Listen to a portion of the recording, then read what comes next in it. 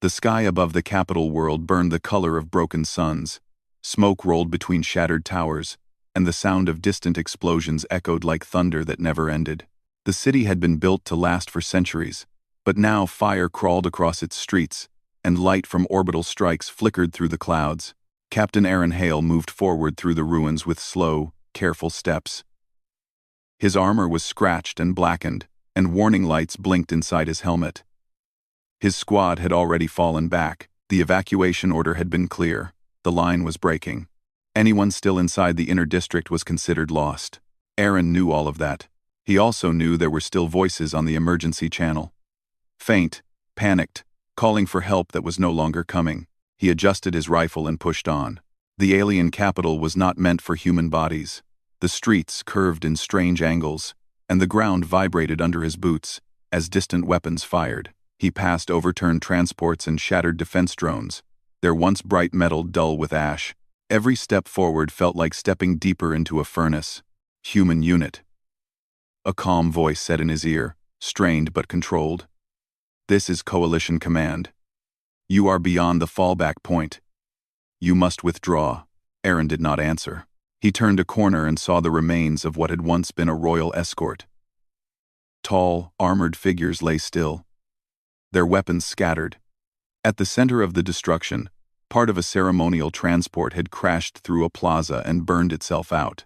Something moved near the wreck. Aaron lowered his rifle and advanced slowly. Flames licked along the edges of the broken hull.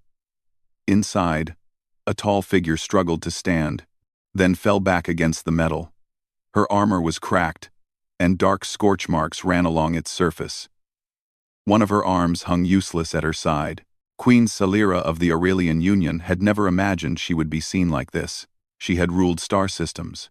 She had commanded fleets. Yet now her guards were gone. Her escape had failed, and the enemy was closing in. Her people believed their queen was already dead. She tried to rise again and failed. Then she saw him, a single human, moving through the fire as if it were only heavy rain. His armor was damaged, and smoke rose from vents along his back. He should not have been there. Humans had been advisors in the war, allies, but not royal protectors. Salira raised her remaining good hand. You must leave, she said, her voice weak, but clear through the translator. This city is lost. Aaron knelt beside her. Up close, she was taller than him, even seated, with silver gold skin and eyes that reflected the flames. She was not afraid. Tired, wounded, but not afraid. No, he said simply. She studied his faceplate, trying to understand. If you stay, you will die. Maybe, Aaron replied. He looked around. Enemy drones were already moving through the outer streets. Time was running out. But you'll die if I leave. 2. That was enough for him. He slung his rifle across his back and carefully slipped one arm behind her shoulders and the other under her legs. Her armor was heavier than anything he had trained with. His suit screamed warnings as the added weight strained damaged servos. Salira gasped as he lifted her. Human, this is not your duty. Aaron stood, flames reflecting off his visor. It is now. The ground shook as another strike hit nearby. Pieces of stone and metal fell from the sky. Aaron turned and began moving, each step slow but steady. Fire closed in around them, heat pressing against his armor like a living thing. Salira watched the city pass below her as he carried her. The air was thick with smoke, and her vision blurred. She could feel his arms shaking, muscles pushed far beyond safe limits. He did not stop. He did not even slow down. Enemy fire sparked against the walls nearby. Aaron changed direction, choosing paths where debris blocked line of sight. When the heat grew too strong, he raised his shoulder to shield her face. His own armor blistered, where flames touched it. She had seen warriors before. She had commanded thousands. But this was different. This was not strategy or honor. This was stubborn, impossible refusal. Why? She asked softly. Aaron did not answer right away. He focused on moving, on placing one foot in front of the other. His breath came hard inside his helmet. Because, he finally said, someone's got to get you out.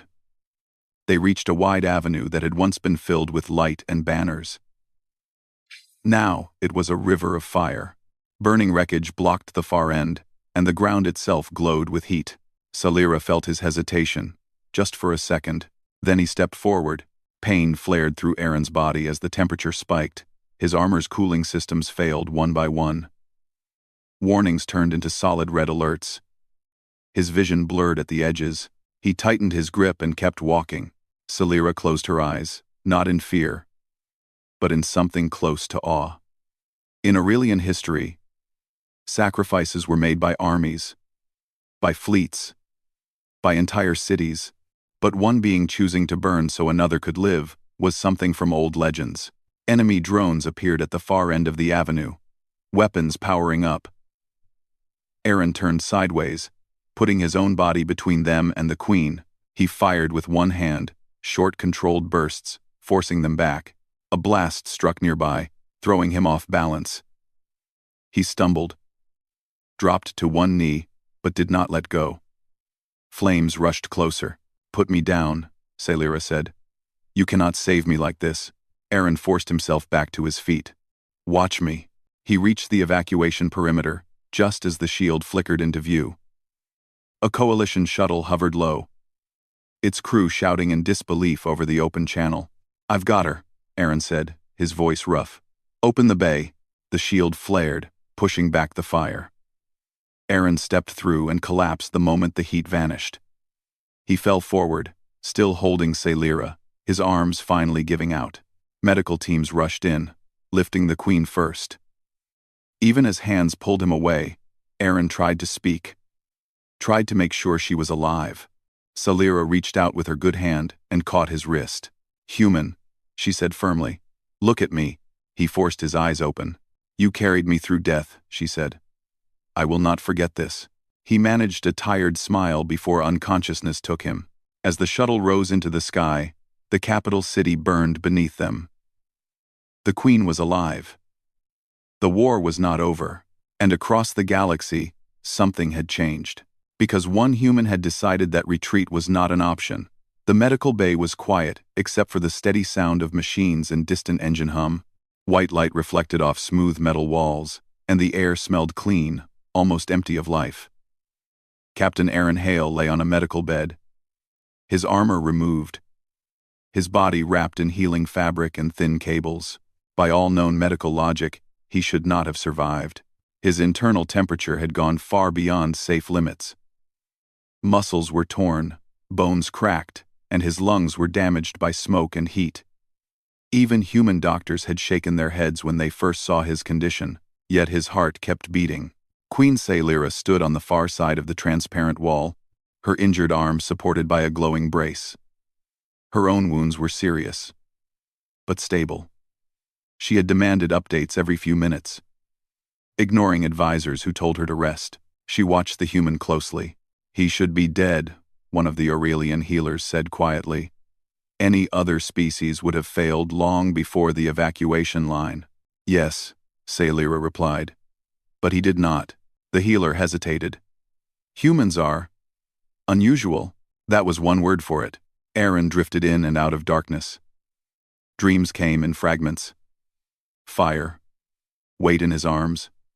A voice telling him not to stop. Sometimes he thought he was still walking through the flames. Sometimes he thought he had failed. Then he woke up. His eyes opened slowly, light stinging at first. He tried to move and immediately regretted it. Pain spread through him like a warning wave. "Easy," a calm voice said. Aaron turned his head slightly. A human medic stood beside him, relief clear on her face. "Welcome back, Captain. Don't try to be a hero right now." "Did we make it?" Aaron asked. His voice was dry and weak. The medic smiled. "Yeah, you did." He closed his eyes again, letting out a slow breath. That was enough. News of what happened spread faster than anyone expected. Within hours, the Coalition Command Network was filled with reports, recordings, and sensor logs from the evacuation. One clip was replayed again and again. A single human moving through fire, carrying the Aurelian queen in his arms. Alien observers watched in silence. They slowed the footage, enhanced it, studied every movement. The human's armor alarms were clearly visible. Structural failure warnings, critical heat alerts, shutdown notices. He had ignored all of them. In council chambers across the Union, voices argued, humans are reckless. Humans are dangerous. Humans are loyal beyond reason. Humans do not retreat when they decide someone matters. For the first time since the war began, the discussion was not about weapons or fleets. It was about character. When Aaron woke again, the room was different. The lights were softer. The machines were quieter. And he was not alone. Queen Salira stood beside his bed. She was out of her armor now, dressed in simple royal garments. Her posture was straight, her presence calm and heavy in a way that made the room feel smaller. Her injured arm was still bound, but she carried herself like someone who had already accepted the pain. Aaron tried to sit up. His body refused. "Don't," she said gently. "You have done enough standing for a lifetime." 3. He gave a weak laugh. "Guess I overdid it." She studied him for a long moment. "Why did you return from me?" He blinked, confused. "I didn't return. I never left." "That was not the question," she said. Aaron thought about it. He could give 100 answers. Orders, duty, alliance, strategy. But none of them felt true. "Because you were there," he finally said. "And you needed help." Salira tilted her head slightly. "You knew who I was." "Yes." "You knew saving me could change the course of the war." "Yes." "And yet," she said softly, "you would have carried any other being the same way." Aaron did not answer. She took that as confirmation. In Aurelian culture, life debts were rare. They were spoken of in old texts. In legends of the early Star Age, a ruler saved at the cost of another's life, or very nearly so, was bound by honor deeper than law. Salira had never expected to invoke it. She left the medical bay and entered the council chamber hours later. The room filled with advisors, generals, and diplomats. Human representatives stood alongside alien ones, uneasy and uncertain. "The Queen lives," one advisor announced. Relief rippled through the chamber. "And now," Salira said, her voice clear, "we must address why." She told them everything. Not as a dramatic story, but as fact. The fallen guards. The burning city. The human who should not have been there and stayed anyway. "The human did not ask who I was," she said.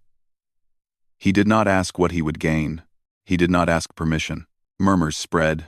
"One soldier does not change policy," a rival noble said carefully. "We must think of stability."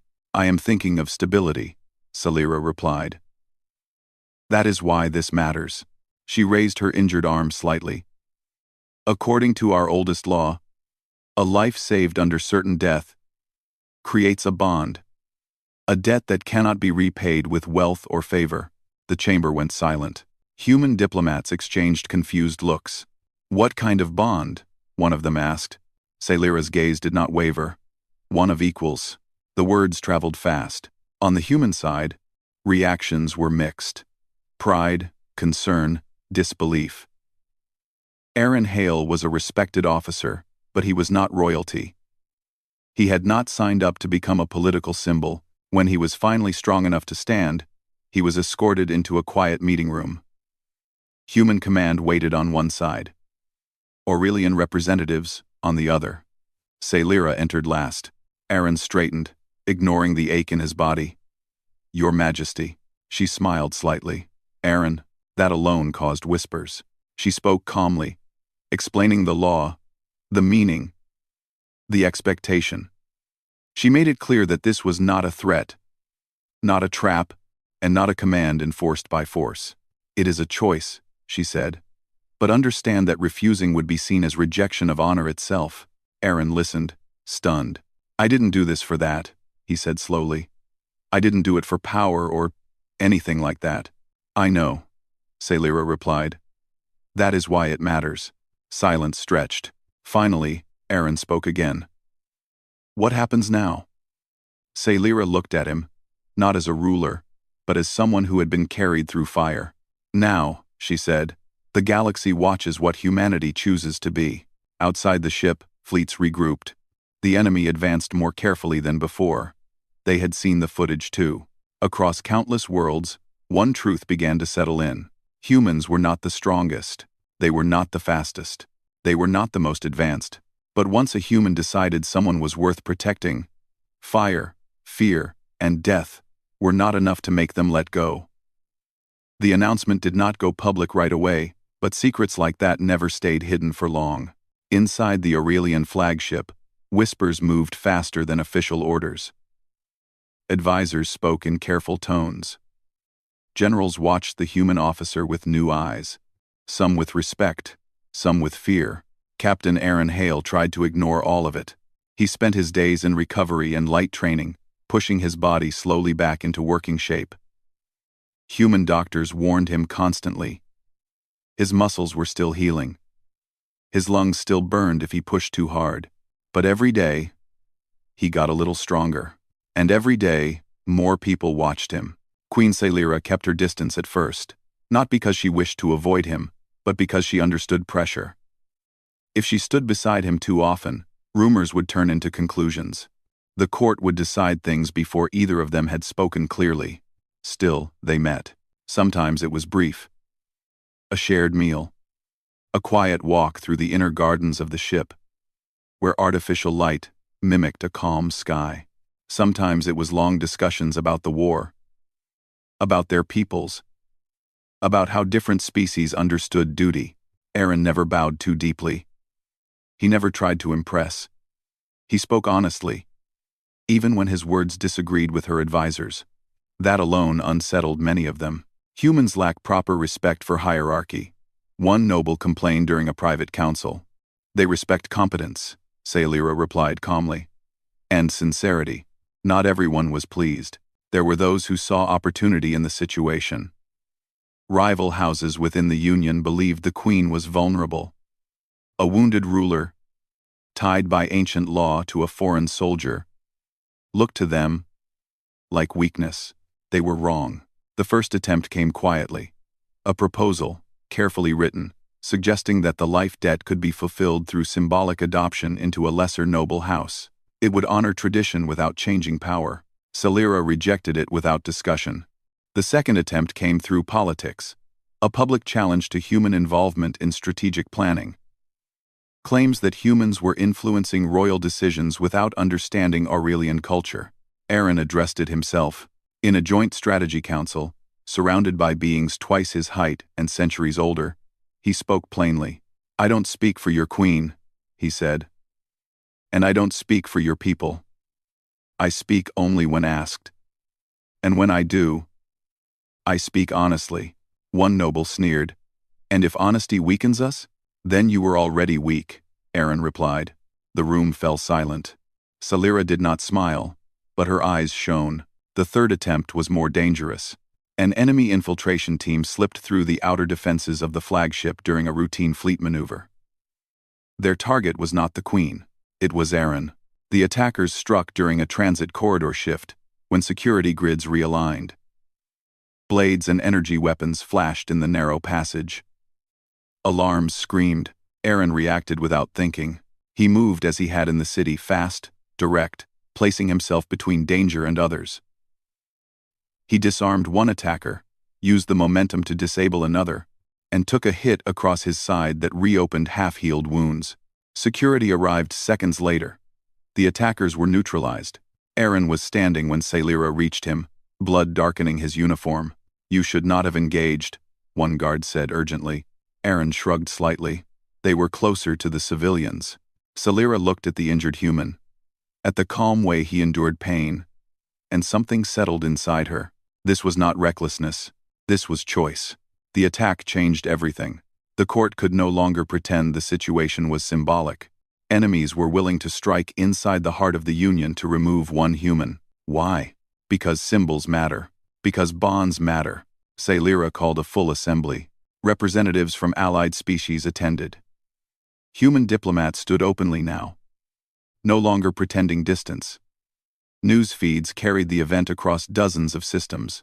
The queen stood before them, whole again despite her injuries, her presence strong. "Many of you fear change," she said. "You fear that an ancient law, invoked in modern war, will weaken us." She paused, letting silence grow. "I tell you this," she continued. "The law exists because it recognizes something fundamental. That survival is not built only on fleets and weapons, but on those who choose others over themselves." She turned slightly, gesturing to Aaron, who stood below the platform. "This human did not ask what he would gain," she said. "He did not ask permission. He did not ask for reward. He chose." Murmurs spread. "The bond between us is not chains," Sailira said. "It is respect, and it stands." The declaration rippled outward. Some systems protested, others watched carefully. A few, unexpectedly, offered support. Aaron struggled with it all. He was a soldier. He understood battle, not ceremony. The idea that his actions had pulled entire cultures into debate weighed heavily on him. One night, unable to sleep, he stood alone in an observation chamber, staring out at the stars. Sailira joined him quietly. "You regret it," she said, not accusing. He shook his head. "No. I'd do it again. I just didn't mean to change things like this." "You did not change them alone," she replied. "They were ready to change. You were simply the moment." They stood in silence for a while. Finally, she spoke again. "In my culture, partnership is not about control. It is about balance, standing beside someone who will tell you the truth, even when it is difficult." Aaron looked at her. "You don't need me for that." She met his gaze. "I want you for that." The words were simple, honest, unforced. That mattered more than any law. As weeks passed, the war shifted. Enemy fleets slowed their advance. They probed defenses but did not commit fully. Intelligence reports showed hesitation, recalculations, uncertainty. Human analysts noticed the same pattern. "They're afraid of escalation," one officer said. "Not military escalation, cultural." The enemy had learned something dangerous. If humans bonded with a civilization, they did not treat it like an ally, they treated it like family. And humans did not abandon family. The announcement came soon after. It was not framed as conquest or dominance. It was framed as unity. A formal recognition of the bond, acknowledged by both human and Aurelian law, without force or demand. Aaron was given time to decide. No pressure, no threat, just choice. When he stood beside Sailira before the assembled leaders and nodded once, firmly, the reaction echoed across the stars. Some cheered, some protested, some watched in silence.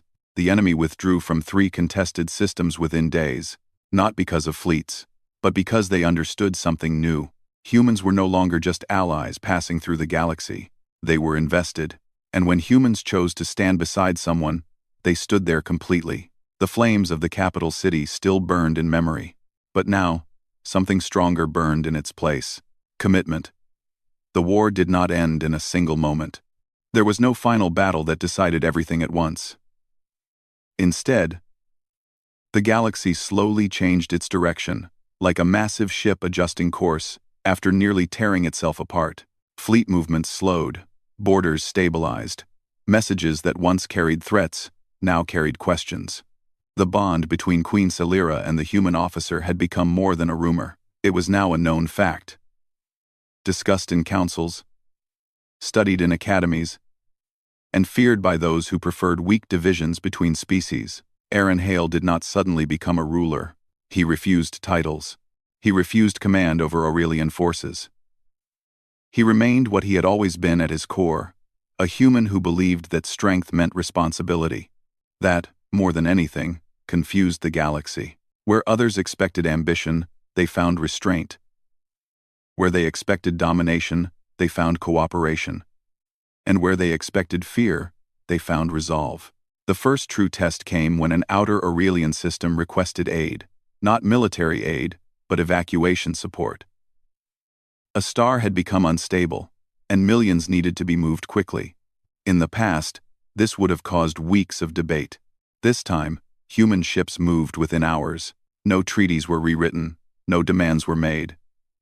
Human crews worked alongside Aurelian pilots, sharing space, supplies, and labor. They carried children, elders, and families without asking what species they were. Observers recorded everything. They saw humans give up oxygen rations to non-humans. They saw humans work until they collapsed, then stand again. They saw humans argue fiercely about plans, then follow them without hesitation once a decision was made. When the evacuation ended with minimal loss of life, the message was clear. This was not a political gesture. This was how humans behaved when someone mattered. Queen Sailira watched these events from the command center. Her expression calm, but her thoughts deep. The law that had bound her to Aaron was ancient, but its meaning had never felt clearer. It was not about marriage in the human sense. It was about standing together so completely that separation no longer made sense. The formal union ceremony was simple. No grand display, no forced traditions. Elements from both cultures were present, but nothing was exaggerated. The focus was on intention, not spectacle. Aaron stood beside Sailira, not above, not below. When the final words were spoken, there was no explosion of applause. There was something better. Silence. The kind that comes when everyone understands the weight of what has just happened. The enemy watched. They had prepared for fleets and weapons. They had not prepared for unity built on choice. Within months, negotiations began. Not because the enemy had been crushed, but because their strategy no longer worked. Division had been their greatest tool. Now it failed. Human diplomats played a careful role. They did not threaten. They did not boast. They reminded everyone of one simple truth. Humans escalate only when forced, one envoy said. And we do not like being forced. The meaning was understood.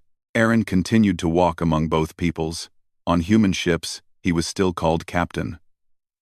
Among the Aurelians, he was treated as something new, not a ruler, not a symbol, but a constant presence. Children recognized him, not because of his rank, but because of the story. The human who carried the queen through fire.